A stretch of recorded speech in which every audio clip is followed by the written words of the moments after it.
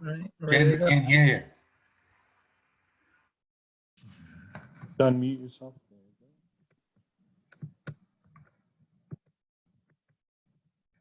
Jen, you're going to have to unmute yourself. Lower left.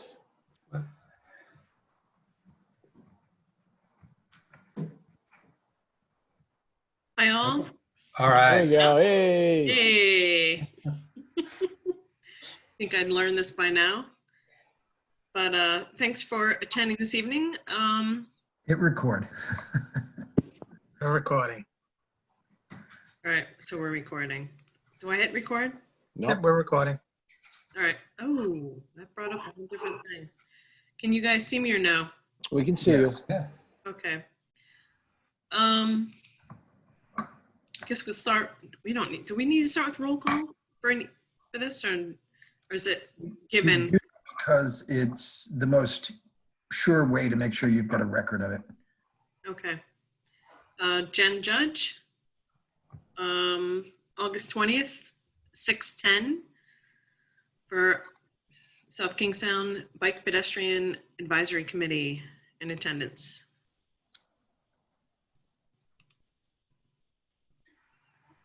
And then, Jen, what we usually do is we go around having the chair identify each person by their first name, and they confirm themselves by full name.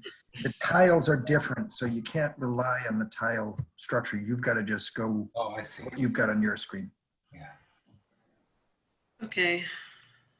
Sorry, Rob, bear with me for a second, No, because you're I'm okay. hopping back and forth between minutes and agenda. And with a laptop, it's not the easiest thing. Bear with me, guys. Hold on. Plus, I haven't seen you guys in it feels like a few months. Sorry about that. Jen, every time I drive down the new road that's being worked on, Old Tower Road, I think of you. It's the Aw. Jen Judge commemorative road. I was thinking, Funny. just think if that hadn't, that meeting with the DOT people a couple 2 years ago. Yeah, time flies, huh?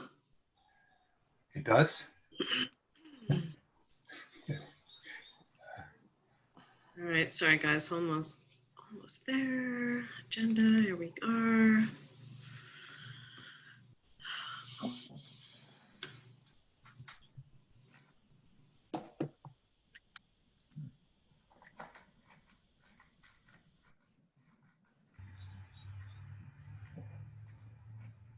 Why don't we just call out the names then?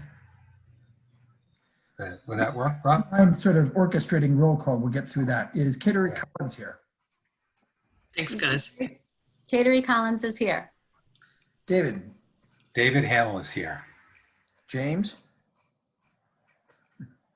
Vogel's here. Bill? Bill McCusker is here. Kenny Burke? Kenny Burke is here. You have a quorum. And you can proceed. Fantastic. Thanks, Rob. So did everybody have a chance to review the approval or review the minutes from July 30th? I make a motion to approve. Second. Just one thing I wanted to double check on. If I saw this correctly, I thought I saw my name in attendance and I was not in attendance of that meeting. So that's, My name is on there as well, and I wasn't in attendance. so those are, It's also dated June. 18th, I think. Yeah, both of them Yeah. are dated June 18th. And the date for this meeting was what? July 30th. Okay. Those can be corrected. We were operating from an incomplete transcript, and that's actually one of the reasons why we do roll call, is because if you don't do roll call, then you end up with names being hard to identify. There was a number in that list. Somebody was calling in that night who had actually for the phone number ending in 700. Huh. That's, All that was, okay, great. So Rob, do I need to request those amendments and then we approve? Approve with the amendments noted as necessary. Okay, thanks. In terms of correspondence and public comments, we have some guests who would like to present concerns or requests this evening, or correspondence. I think we have something from Teresa Tanzi that we need to discuss as well. So,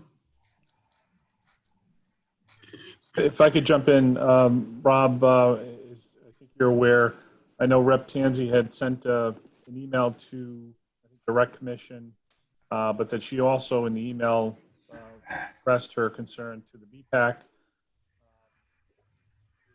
with regard to the signalized crossing of the bike path at Main Street. This is a, Rep. Tanzi had a pretty descriptive concern and some suggestions in terms of how to better identify bike path crossing, both for bikes and pedestrians as well as vehicles. So I've been working directly with RIDOT in my other day capacity at the university with a similar but different issue, the bike path, the URI bike path crossing on 138. I had asked Steve Stower from Rhode Island DOT available for a little bit during this open discussion, just to hear from him what the state might be looking at in terms of bike path crossings at signalized intersections on major roadways. If he had any insights for either of these locations, maybe a best course of action moving forward. This is, this came under correspondence, so I didn't think it would be an actionable item. It was just something for discussion. I'll follow up, Kenny, on your comments. I agree with the Main Street crossing that it is delayed, and also with you, Kenny, about the URI new crossing. I just crossed it the other day and had that typical thing where I was waiting, a truck stopped for me to cross, and so I crossed, but you're crossing when you're not supposed to be crossing because the traffic's stopping for you because it's delayed so much. So it's just a goofy setup for everybody.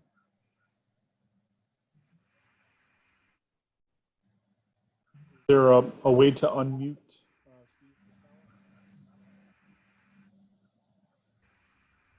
I think everybody's unmuted, Kenny. Yeah, I think I was personally on mute, Ken. Can you hear me? Again, yep. Okay. Yeah, so Ken, as you know, like we've been, this is the first we kind of heard of the Main Street signal, which is a full signal. It's not a hawk like we have out at URI. So, we are interested, we just get snapshots, from what we hear, either from complaints or people that use it.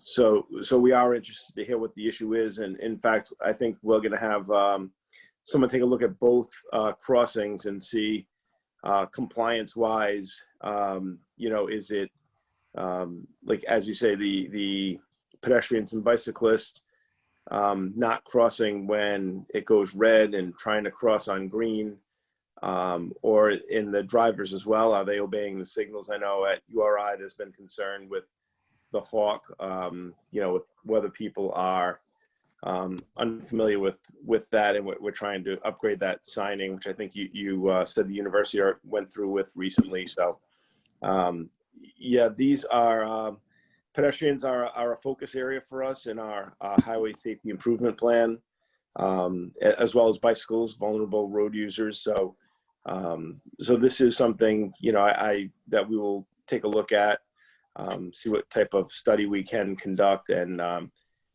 any input that you have from the BPAC or any other guidance you can give us as far as what the issues are would certainly be appreciated. Steve, I think that Kenny mentioned this last time. That hawk thing at URI doesn't light up until someone presses the button. And if there was a yellow light on all the time, that might make people more aware of what's going on. Because it just looks like some sort of, people are not used to it. It's a place where people go fast, everyone's in a rush there.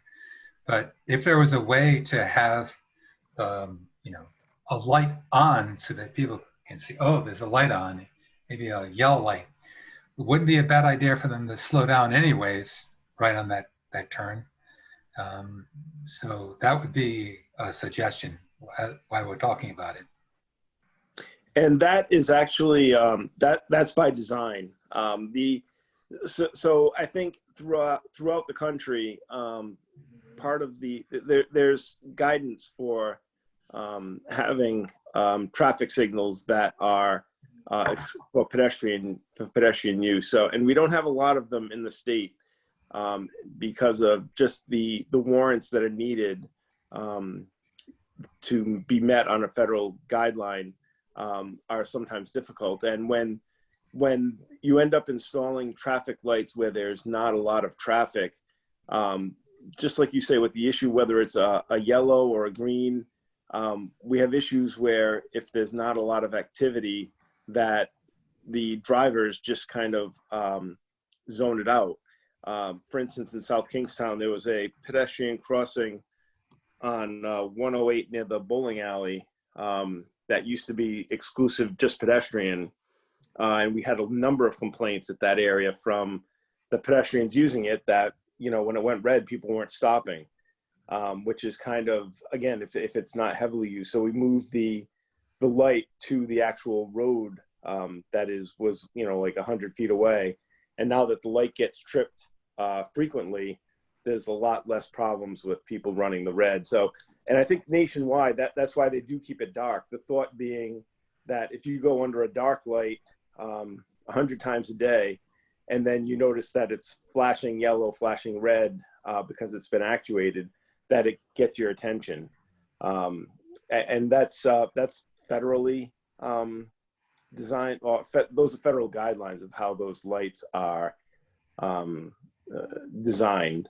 So I understand what you're saying. I think at that light, I know as well, like we put the advanced flashers in. So when the button does get hit, the flashers in advance flash telling people that you're going to be coming up to a crossing. So there are a number of federal factors that we have to take into account to meet the criteria set forth by the feds. But anything that we can do, we are looking at that light, and we don't have a lot of it's called a hawk light. We don't have a lot of those in the state, although a lot of them are coming under design. So we are looking at that URI light with a sharp eye to see, if it's a learning curve or if it's really something where people are having trouble discerning what their action is supposed to be. So we have been working with Ken closely on that and his consultant as well. So Steve, this is Rob Zernetsky. One thought about the learning curve, I do think that is essentially the problem with both the full signalized intersection at the bike path and Main Street and the hawk light. I do think there's a learning curve. I think that people are not familiar with the rule or the technology in both cases. I mean, the technology on the Main Street is just a full stop, but I've seen every possible non-compliance at that intersection. I've seen pedestrians and bicyclists go against the light. I've seen motorists go against the light, and I've seen motorists who comply with the light and are, shunned by drivers on the other side of the road who are saying, you should have stopped, there's someone waiting at the intersection. So I think that there is a real problem with the training of drivers and bicycle and pedestrians at those intersections. And what I really want to point out here is because it's a tourist community and because it's a university community, we're never going to have the entire population getting up that curve in a good way. We have so many people coming out from out of town who've never encountered that intersection before that we're always going to have trouble in South Kingstown. Unless, you know, they become frequent or common everywhere. And I think they are, from the transportation standpoint, the whole idea behind it as well is, which you've seen it, and it probably happens down in on Main Street. Part of the problem is on these traffic signals, they're designed for your slowest walker. So, like if you think of Dale Carlier Corner, we have very long. Don't even get us going there. But that's part of the problem, because the people that they're long red lights because of the slow walking speed of the peds that are using it. So that's kind of what we have to go through in the design side. And the problem with that is, so when you have a faster pedestrian, the pedestrian's across the street, but it's still red. And, with cars, we have detectors that pick up, when the cars are gone, but for peds, we don't have that. Peds, you just, you give a certain amount of time for them to get across. What the Hawk does is allows, it stops the traffic. So it's a solid red or two solid reds, and then it starts flashing red, meaning that you still have to yield to pedestrians, but if there are no pedestrians, you can go. So the theory behind that would be, it would be more efficient and while providing safety to the pedestrian, it wouldn't unduly stop the vehicular traffic. The issue is kind of coming in, I think it's a rules of the road type thing, where if you have a red light over the roadway, you have to stop, whether that's a traffic signal red light, a Hawk red light, or a railroad crossing. If something's flashing red in your travel lane, it's common knowledge that you're supposed to stop. And so when people are saying they didn't know what it meant, I find it hard to believe that they have a license and don't know that red does not mean proceed through the intersection without stopping. Yeah. The real danger here, though, isn't that that problem. The real danger is when you've got folks stopping on green, right? Particularly Main Street, folks stopping on green, and then the other side not stopping because they don't have to. So you've got a pedestrian, or you've got a bicyclist who's gotten halfway across the road who now encounters confronting traffic. Yeah, and in fact, Can I just add? Go ahead. Oh, I was just going to follow up on your point, Rob, and I thought in Representative Tanzi's letter, she laid this out really clearly. And I've had this happen to me multiple times, both at the Main Street crossing and at the crossing near the post office on 108, where you're waiting for you push the button to cross, you're waiting for so long for it to cross that cars stop for you and wave you across and get angry with you if you don't cross. So the best way to deal with that is an immediate yellow when the biker or pedestrian wants to cross. And also consistency. I've seen this past winter, the crossing near the post office, one day I counted to 40 before it changed. And then sometime this spring, it started to change immediately. So I don't know if, Steve, you could answer if it's just an adjustment of the timing, because both Main Street and the crossing at the post office have changed over months, the immediacy. Yeah, and we can take a look at the timing. When we do the timing of signals, what ends up happening with that is there is a delay time. So, and the reason for that is if there's not, because the pedestrians just have the button, so the traffic signal doesn't know if they hit the button and left, if they're still there. With cars, because there's loops, they know that they're still there. We sense that their actuation is there, and the signal can adjust to that. But for pedestrian crossings, what typically happens is we have a minimum time for vehicles, let's say, as what you were saying, 40 seconds, to keep the main line going. So when the pedestrian hits the button, what that does is the computer inside the signal starts timing down from 40 seconds. But it should be actuated such that if there's no traffic going over the loops, it should be able to cut out and go to the pedestrian. So, but if there's constant flow of traffic across that, it would continue to service that, just like a regular traffic signal and waiting at a side street. It has a maximum time that it counts out if someone's waiting. And then it also has what's called a gap out time, where if it's usually about 2.5 to 3 seconds of nobody going over the loop, that it would service the side street. So we can take a look at those two signals. I can't quite picture the one at the post office. The post office up on 108, right?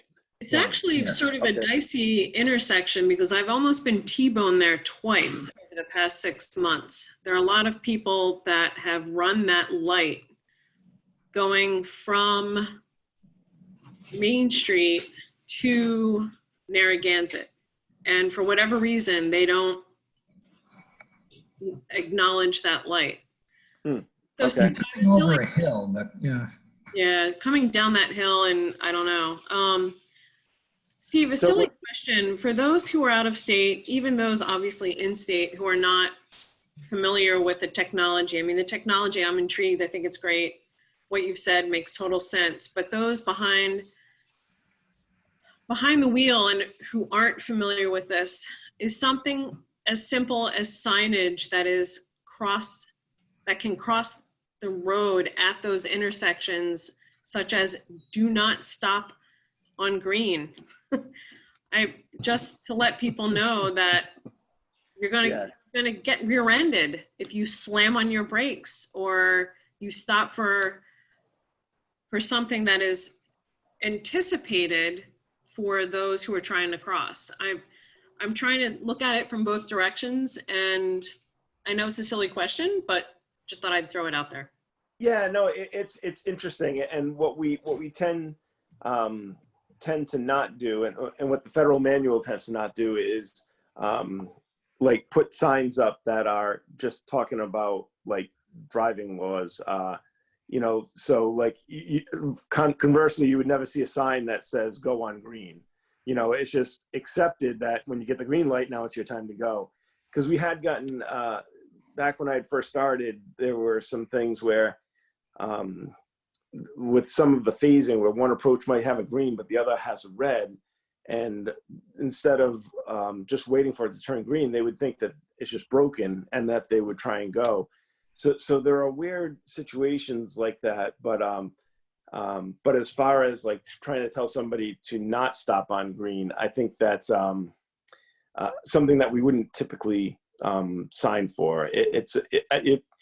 There could be ramifications down the road of whether, who knows what it is, so if someone was actually crossing the road, the sign said not to stop, and I'm not, it's one of those weird situations where it's human behavior, and how do you really try to change human behavior to match what we have in the field?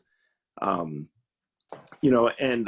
would say, and I know that we're talking to a small group here, but my daughter is just in the process of getting her license, and I always tell her, if you're pulling out of a street and someone's waving you in, but you can't see if there's a car like on a 4-lane road, you just wave and say thank you, but don't go, because you have no, and that's a common crash that we see throughout the state on 4-lane roads, where the first car stops, but it's the car that's hidden behind in the center lane that you don't see. So while people are trying to be nice, like the lady was saying, I think you might just want to like wave them on, give them a thank you, and they might get mad, but you're right. It's better to follow the rules of the road as opposed to even though they are waving you in, and there might be no one coming in the other direction as well.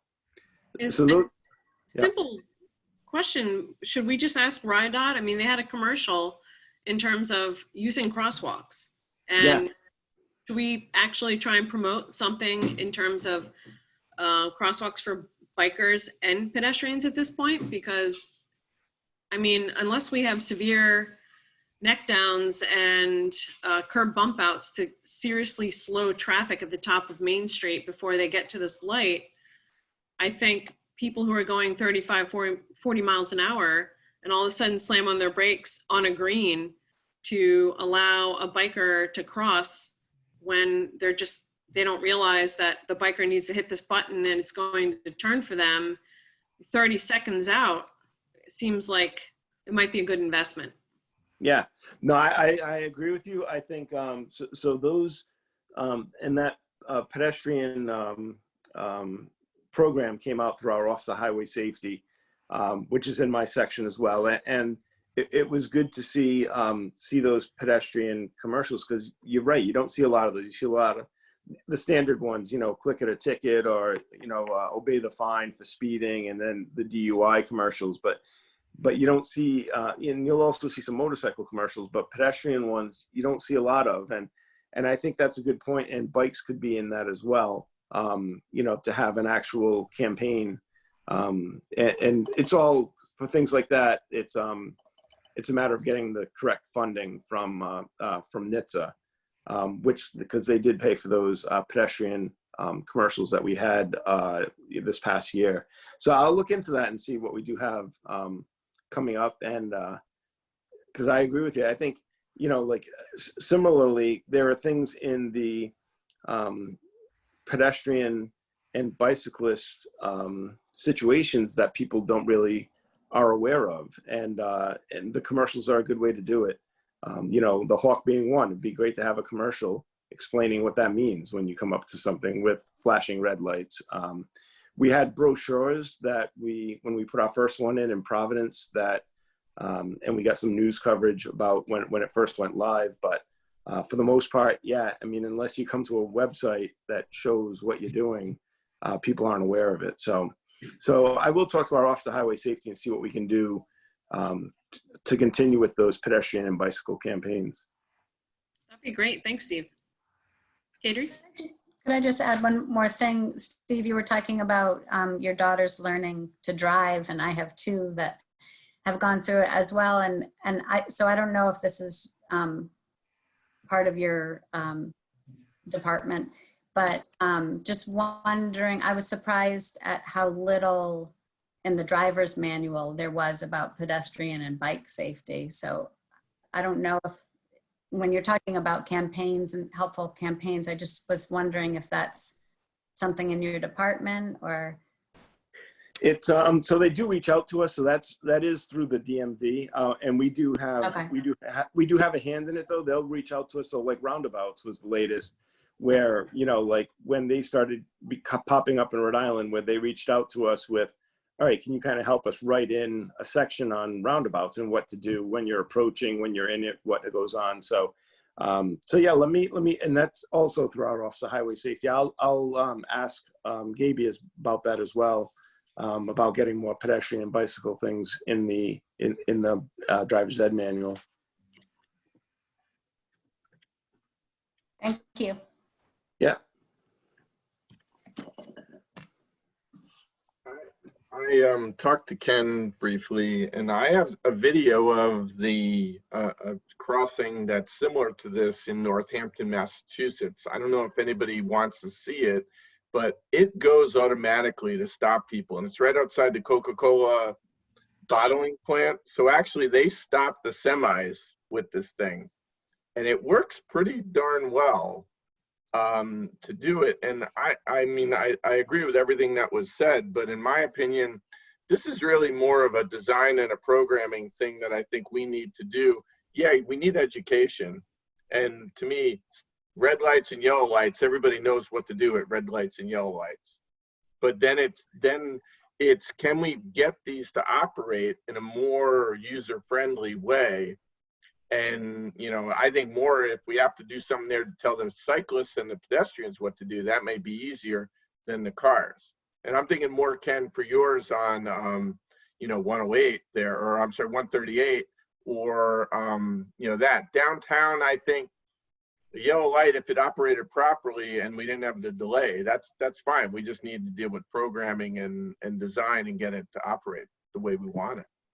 Jim, do you know how the light up there is activated? Activated. Let's see here. How does it be? How is it triggered?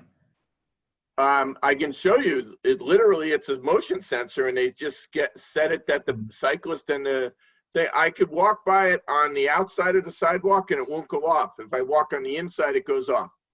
And it's pretty slick. I have to say, it's pretty slick. So I could show it if you want me to share the screen here. Yep. So it's just a standard motion detection. Yeah, I'm sure. And then it's the controls of what they have for it. Do you want me to show it, or I don't want to take your time if that's not? How long is it? A minute. Yeah, let's see it. And I'm anxious to see the split screen too, Jim. All right. And then, so this is just a photo of it. Hopefully you guys can see this. So this is what it looks like, and the motion detectors are up here. Can you see that, Dave? Hasn't popped up yet, Jim. It needs to be It's a blown up. tiny little thumbnail. Yeah. All right. Well, I said share my screen. I don't know what I need to do to. It's funny. Click on it. It doesn't work that way. Share your screen seems to require that you open the application before sharing your screen in order for the application to operate for. I'm going to take off Yes. share my screen, and I'm going to say no. And let's see this. Now I got this. How's that? Is that any better? See nothing. Getting All there. right. Thinking about it. How about now? Nope. No. All right, then I'm going to pass on this. I don't want to waste your time if I can't get it. I'll try one more here and see if Rob tells me operator error here. How about now? Video might be better. So here's my suggestion. So see, the guy just rode up and it turned on. The guy went through when it was yellow. Another guy goes through, and then he crossed. So Jim, we're not. We're hearing it, we can't see it. All right, sorry, then never mind. I don't want to bore you with. It is a Zoom quirk. You seem to have the application open before you begin sharing your screen. All right, and so that's why I stopped my share. And I'll try again one more time. If not, we're call it quits. If you open up that video now before sharing, it should work. Before sharing. Yep. Yep. It's got to be on your screen in full mode. Yep, I got it. And now I'm going to Zoom, and I'm going to Hey, say. there we go. Okay. All right. So now I'll go back. So here's the intersection, right? And now it's off. And now the guy rides up. And there it triggers on. Car goes through. Car number 2 goes through. But he crosses, and then car number 3 stops for him. But he just rode up and triggered that. Yeah, we have one of those. We have a couple of those. On one's on those are called that type of signal devices. Go ahead. I'm just showing this. This is when I walked by. So I just walked by and I triggered it as I was walking. They have the button there too. So those are what are called a rapid rectangular flashing beacon, and that's those. So on the back side of the thing, it didn't turn on, but then when I was on this side, it didn't turn on. I was on the outside of the sidewalk, and then when I walked closer, it went on. And there's the sensor. So I think for Main Street, something like this could be pretty simple. You know, and obviously parked cars may interfere or something like that, but I can tell you it seems pretty effective. In the, it's the college town, and Northampton's close, many colleges there and close to UMass, so they do a lot of cyclists going by there every day. Yeah, and we have these are devices that we are putting in around the state at pedestrian crossings where there are where they don't meet warrants for either a signal or a hawk, but we do want to give some extra awareness to drivers that somebody is crossing there, and they are shown to be very effective. For those, the hawk and the regular traffic signal tend to be even more restrictive, and which makes them. So I think like what you guys kind of have now at 138 and on Main Street is like the step above those hawks. Whether or not like on Main Street, if a hawk would be the way to, not a hawk, a rapid rectangular flashing beacon, if that was the way to go, you know, that's something where if it's a small crossing like that, that might be just as effective. But for those, it's really just bringing the attention to the vehicle that there's people crossing. It's really to get their attention that someone's going to be in the crosswalk.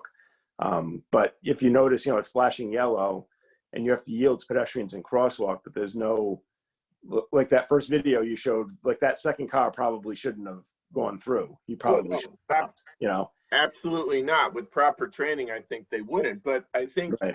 I think on Main Street, that would be a step up for our folks to kind of do that, because I think what Jen was talking about and the letter talks about is the wait for the button and this whole thing.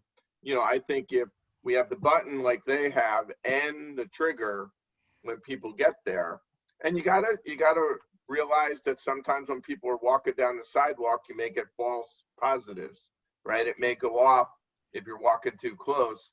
So it's all about the sensors and how you set them up. And that's where I go back to my first statement. I think this is more of a design and programming thing, and you'll never have it perfect, but I think there's ways you can tune it. Yeah. And I think even with what we have out there now, like I said, we are going to take a look at the timing and try and reduce that delay of when you hit the button, how long you have to wait.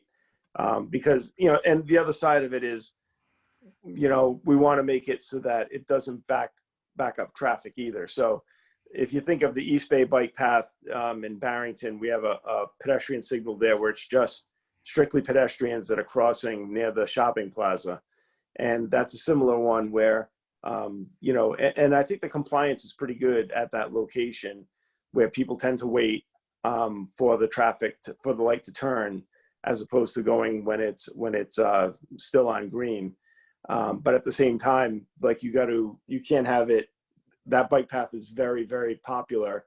And if it went automatically, as soon as someone hit it, it would just be red on the main line and the traffic would back up. So that's kind of the balance. I think given everything I'm hearing right now, it sounds like where the pendulum's on the other side, where it's not backing up traffic, but it's making the delay for the pedestrian and bicyclist longer than it has to be. So we'll have an engineer go out and look at the timing and try and reduce that amount that a pedestrian and bike has to encounter, and then we'll see how it works. You know, so you know, you guys who live here and ride it would probably be the best meter for us to see how effective that is. You know, if anytime, you know, you make some changes, if it starts backing up through Main Street, you know, I think the motorists would probably call us anyway. But it's something where, you know, we'll certainly go down and try and strike a better balance between the timing for pedestrians and vehicles. Okay. Good. The crossing, the bike path crossing near Railroad on 108 and Railroad, I'm not sure if that's I mean, it doesn't seem to work, but it might be a motion sensor light. It says that it should flash when a pedestrian or biker is approaching, but I've never seen it work. And that's a really dangerous crossing because you're crossing on a curve. So I don't know if that's also should or could be added to your list of crossings to Close proximity to In the Peacedale. Yeah. Okay.